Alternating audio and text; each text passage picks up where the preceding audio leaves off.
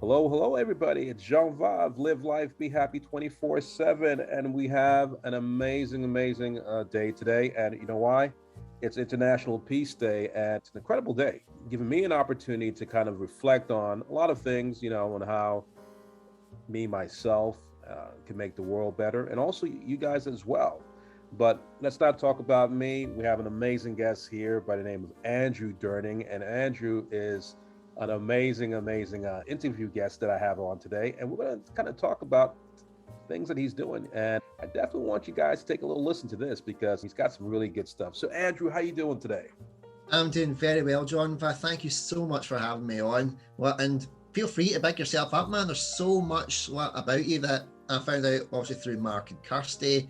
Some of the stuff that you've done, like the most prestigious schools you've been to, the artists you've worked with, and you're saying it's an honor having me on. I'm blown away to be on here, man. I'm really excited about this. Thank you so much. Only my second interview, I might add. Okay. Only my first one last month. Well, great. And thank you for the compliment. It's been an incredible journey, but I'm so happy to have the opportunity to be, surfing around the world and meeting interesting people like yourself who are doing some really amazing things. And while You flatter me. You really do. You really flatter me. I mean, you're doing some amazing things, But before I jump into this, I always like to ask about the weather. How's the weather over there in the UK? The weather's actually really good. It's quite mild. For those that are maybe listening on the audios, the Spotify's and stuff, I have a very pale complexion and I have a red hair. So we don't survive well in the sun. Okay. But it's sunny enough here. It's about 17, 18 degrees. Like I can go out and not need to worry about my kids all of a sudden see me turn into a lobster. It's very enjoyable. It's a nice, pleasant thing, and I'm just really happy to be here, indoors, and not dying of heat. Oh well, Andrew, you and I, we share something. Like I said, not like the red hair, but guess what? I don't do well with the heat either. So I'm one, when the heat comes out, I'm scurrying into the house like a crab. Come to Scotland, the heat is never here. I could definitely take you up on that, Feel free, just don't come to where I live, which is Coatbridge. I love it dearly, but it's like we have a saying where it's a shithole, but it's my shithole. Okay. Definitely go to Glasgow. So many characters there. They're fantastic. Can't speak highly enough of Glasgow. Nice. Well, you know what, Andrew? What I really wanted to do is kind of start off and kind of introduce yourself to the audience and kind of tell us a little bit about yourself and the wonderful things that you're doing. Well, thank you very much, Jonva. So, hello, and my name is Andrew Durning. Jonva is the first person that's ever got my name right on first try pronunciation. I want to give him a bit of credit for that one because he cut that, but I wanted to give that credit where it's due. Exactly. I was born in the lovely town of Bells Hill, which is just about 2 minutes away from where I live now, which is Coatbridge, and grew up as an Airdrie boy. Anybody that may be listening from the UK will know Airdrie Coatbridge. There's a very, what we call, sectarian kind of divide. The Catholics v the Protestants. Say it's something like the Americans v the Mexicans, if that's that kind of side. Okay. It's a similar kind of deal, but no guns yet. All right. So acting and performance has always been a passion of mine ever since I was 6 years old. I have no confidence, no self-esteem, no belief in myself. Okay. But when I was setting a stepped foot on stage, and it was a nativity play, and I was playing one of the three wise men, and I just remember feeling so at home there. I was so at home that I was telling everybody else that their lines were wrong and I was right. Right. On stage in front of my mum and dad, whose heads instantly hit their hands going, oh my God, who are we raising here? Wow. It's something that's always been in me. I'm a bit of a character, a wee bit of a joker. I've got a kind of self-deprecating sense of humour, which works really well because it gets a laugh. But I've done a lot of different projects and nowhere near as illustrious as the wonderful Jonva. But I do like to kind of keep myself busy. But for a while, I had to stop doing my performing because my mental health took a really severe turn. Okay. I suffer from anxiety, clinical depression, and things like that. And just after my boys came, I've got twin 3-year-olds, Kieran and Connor. So for when they're older, be boys, I am very, very sorry for the next couple of things. But when they were born, I took not well. I took a bit of a psychotic episode. I was officially diagnosed as. Okay. And it took a long time to recover. And at one point last year, after my great aunt died of COVID, she caught COVID in the hospital and passed away.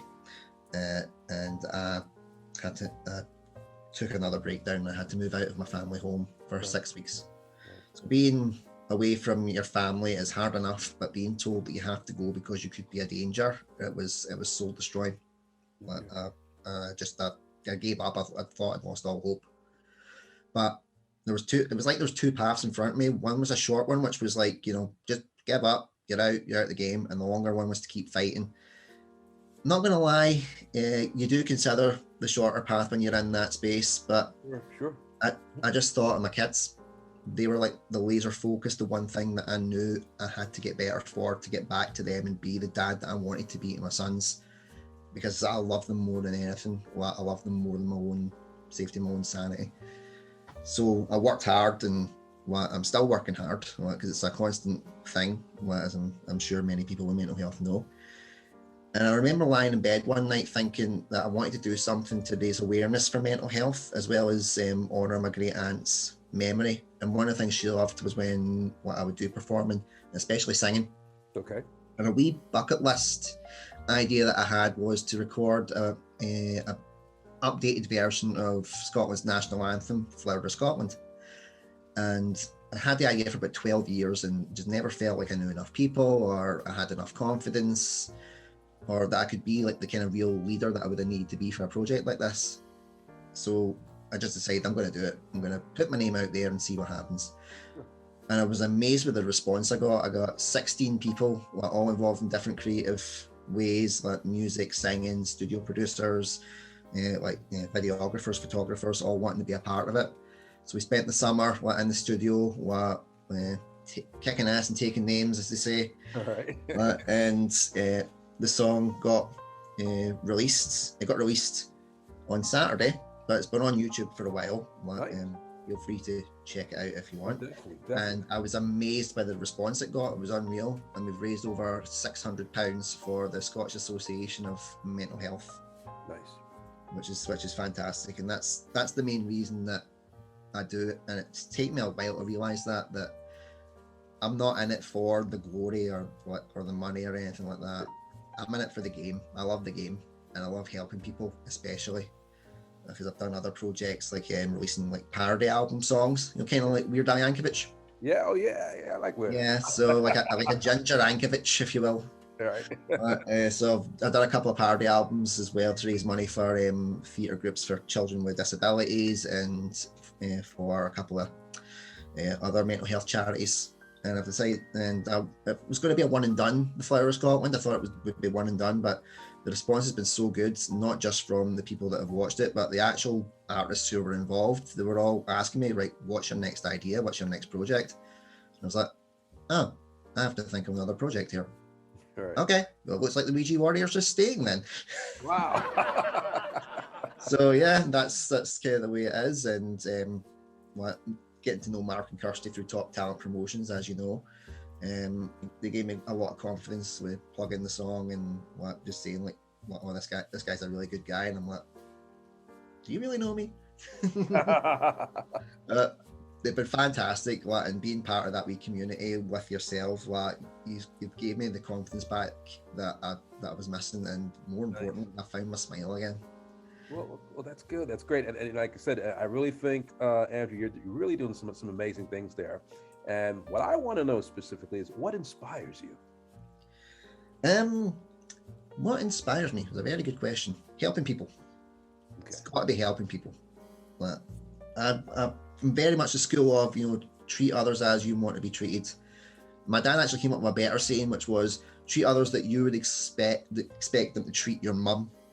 Mm-hmm. Which was very insightful for someone that was about 4 pints down of lager at that point. Well, I was like, Dad, that's really, really wisdomous.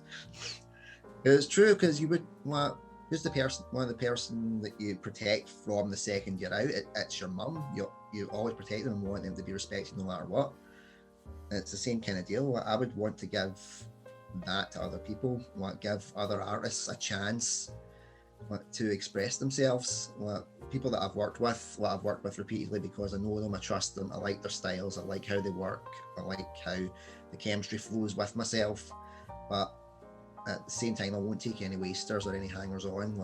If you mess about too much, then you've just got to, there's only so many chances you can take. So as much as I am a very caring person, I'm not afraid to tell them to, get to, as we say in Scotland. All right. That's the thing that kind of gets me out of, the thing that really gets me out of bed in the morning is my kids. Yeah. Because they come through at 6:30 in the morning and wake me up. Come on. They're the best thing that's ever happened to me. They've made me a better person, a better man. My wife as well, Alison. We always have a running joke in any work I do. I call her the wife, which is the one that's always the stereotypical looking over the shoulder. Why'd you get me involved in this kind of thing? Which is absolutely amazing. I love her more than anything in the world. Aside from obviously the kids. If it wasn't for their support, I don't know where I would be right now. I'm just so eternally grateful to them. Well, great. That's great. You're blessed, Andrew. You're really blessed, and I'm very honored to have you on the show interviewing you. And another question that kind of surfaced in my mind as you were speaking is, as you look at the world today and all that you do, how do you want to make a difference? Start small and take it from there. Yeah. If you can make a difference with one person, it's worth it. Okay. Like the people that I've worked with, they're doing Flower of Scotland, and one of the guys, he's currently in transition, and he's lost a lot of confidence through the course of that. But coming out to help me with things, like you said, it's the first time he'd been out since the lockdown happened in March 2020 over in the UK. The first kind of project that he'd gotten involved in, and seeing how he's kind of started to grow and develop. He sent me his own recordings of music because he felt I was the only person that would give him an honest answer of how it was, and his stuff was absolutely brilliant. So we were recording a fundraiser for a theatre company that helps out local food banks here. Okay. And we were doing that, and I asked him to play songs, and he got really scared. His confidence hit the floor. He got through 4 lines of his song and he started shaking.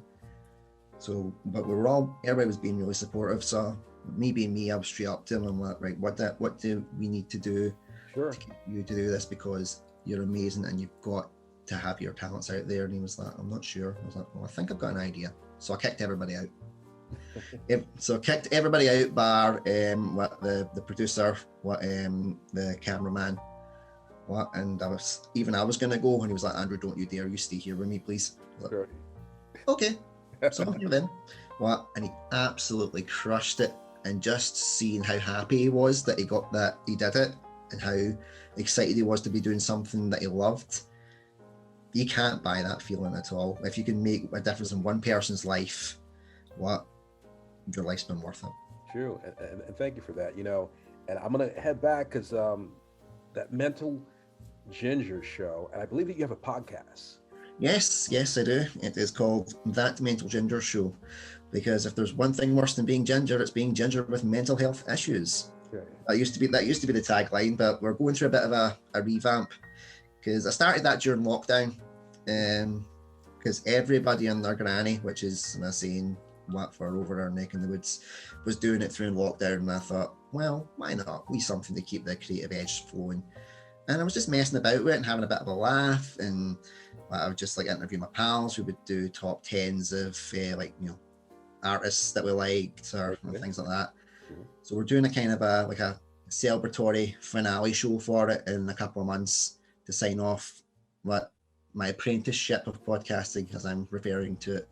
And I'm going to start it fresh and take it a lot more seriously. Okay. And what I would like to do, or because what I'm going to do, is I'm going to interview fellow like-minded creatives, So, Jonva, hint, hint, if you ever want on, you're more than welcome. All right. And like how hear their stories, how they fell in love with, you know, the creative side of things and what got them into it. How is the creative side impacted their mental health? Has it been a positive way or a negative way? Give the reasons why. Give them some promotion on upcoming projects, and again, just try and do a wee bit of good. Well, that's good. That's good.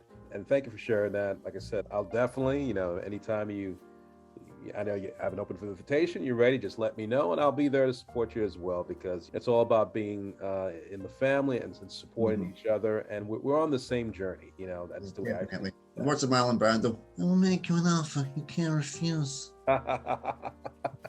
Nice, nice. Now, before we kind of wrap this up, where can our audience find you, your music, and your upcoming projects that you have? So you can find me on most social media devices, you know, the Facebook, the Twitter, the Instagram. These are all things that I've even just been trying to figure out. What the tech savvy, this kind of came to me a bit late in the game.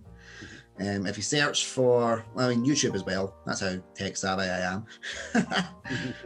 If you search for That Mental Ginger Show, for one of them, that's for the podcast. Okay. The Weegie Warriors, that's for my collaborative music project. And if you can't find them through them, just add me on Facebook, Andrew Durning, sure. And I'll point you in the right direction of where to go if you want to support. But just mostly enjoy the music and enjoy the stuff that I'm doing. I always joke that there's at least 3 people out there that must like it, so I'll keep doing it. Okay. And I'm also doing one other podcast that's starting next year, and that is called The Ginger Engine, and it's about the adult fandom of the lovable tank engine, Thomas the Tank. Okay. Because there surprisingly is a large fandom out there for it, and because I always felt really alone, like why should you like Thomas when you're older? But I do like Thomas, and it turns out I knew very little compared to the fandom out there. Yeah. So we're running a wee kind of social experiment to see if we expose them to like the original books and things like that. Could we convert's a strong word, but could they appreciate the literature of Thomas and the history behind it? Because it's got more lore than blooming Middle Earth. It's crazy. It's unreal. But that's also good to for a good thing for a bit of a geek out, as I say. Okay, well, thank you. And now we know how to find you, Andrew. And as we close out, I did mention that it is today International Peace Day. So if there's anything that you can leave us off with our audience, with our global audience, it would be nice for them to get your perspective on something that you'd like to share for International Peace Day. Your thoughts? Well, first of all, I didn't actually know it was International Peace Day, so you've shared that with me, and I appreciate that, Jonva. Thank you so much. The main message is just don't be a dick. Be nice to people. It goes a long way. It doesn't matter if you're in Scotland, America, Afghanistan, wherever. Be nice to each other, because we're running out of that right now, and we really, really need it. We need something to keep us going. Do what makes you happy. Do what gets you out of bed in the morning, puts a smile on your face. Like when I pick up my kids and give them a big hug and tell them how much I love them before I go out the door to work. Or doing podcasts with lovely and inspiring people like yourself. Or creating music and having a laugh doing it. Just don't be a dick and be kind. Thank you, Andrew. Thank you. And, we're going to call you back, in a few months back on the show to see, what you're doing. Because I always like to bring my guests back, but I just want to thank you again. Much success in what you're doing. And definitely, like I said, keep on that journey. And then we're on that journey together to make the world a better place, to make everything just good. And like I said, let's all be nice, and, we'll all prosper well. Yeah. So I'll pick a Limp Biscuit quote that might be appropriate. Keep on rolling, baby. You got it. I really appreciate it. You're such a lovely person. Thank you. We'll have you back then. Take care. Happy International Peace Day, and bye-bye.